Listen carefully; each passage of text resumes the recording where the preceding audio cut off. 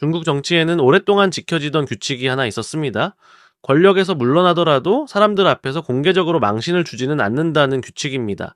자리를 내려오면 조용히 물러납니다. 공식 행사에서는 예우를 받고, 카메라 앞에서는 체면을 지켜줍니다.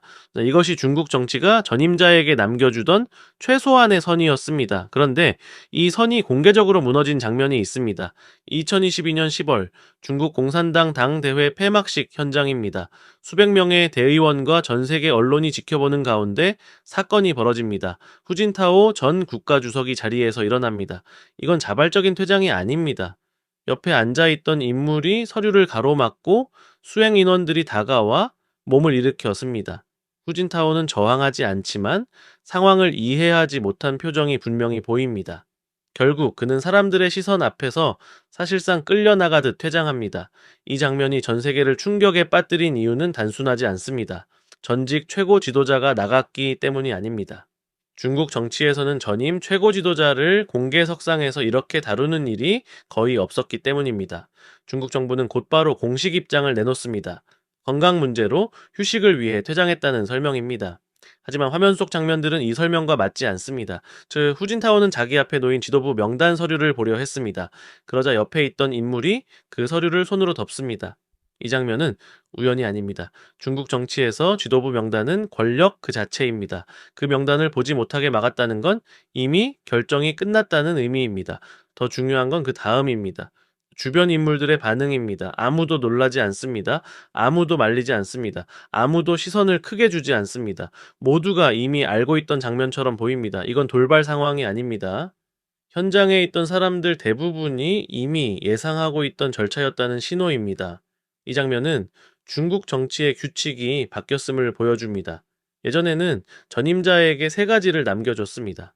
첫째, 이제 공식 직함은 유지하게 둡니다. 둘째, 공개 행사에서는 체면을 지켜줍니다. 셋째, 정치에는 조용히 개입하지 못하게 만듭니다. 이게 기존 중국 정치의 정리 방식이었습니다. 하지만 이날 이후 이 규칙은 깨졌습니다. 직함이 남아 있어도 사람들 앞에서 언제든 정리될 수 있다는 메시지가 나온 겁니다. 이 변화는 중국 정치의 성격이 달라졌다는 신호입니다. 이전에는 성과가 중요했습니다. 경제를 얼마나 성장시켰는지, 지역을 얼마나 안정시켰는지, 문제를 해결했는지가 평가 기준이었습니다. 하지만 이제는 기준이 바뀌었습니다. 얼마나 문제를 만들지 않았는지가 더 중요해졌습니다. 얼마나 조용했는지, 얼마나 질문하지 않았는지가 안전의 기준이 됐습니다. 다시 말해, 충성이란 무언가를 잘 해내는 능력이 아닙니다. 시키는 방향을 의심하지 않고 그대로 집행하는 태도입니다. 이 구조에서는 눈에 띄는 행동 자체가 위험해집니다. 후진타오 퇴장 이후 정치는 즉각 반응합니다. 그가 속했던 공청단 계열은 지도부에서 사라집니다.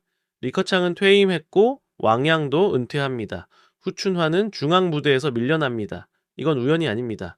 전임 지도자의 정치적 흔적을 완전히 지우겠다는 신호입니다. 이 장면은 한 사람의 퇴장이 아닙니다. 중국 정치가 집단 지도 체제에서 완전히 벗어났다는 선언입니다. 이제는 다른 의견이 공존하는 구조가 아닙니다. 하나의 방향만 허용되는 체제입니다.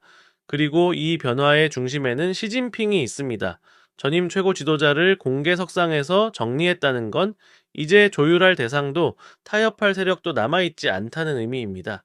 중국 정치는 지금 성과보다 통제를 우선하는 체제로 완전히 이동했습니다.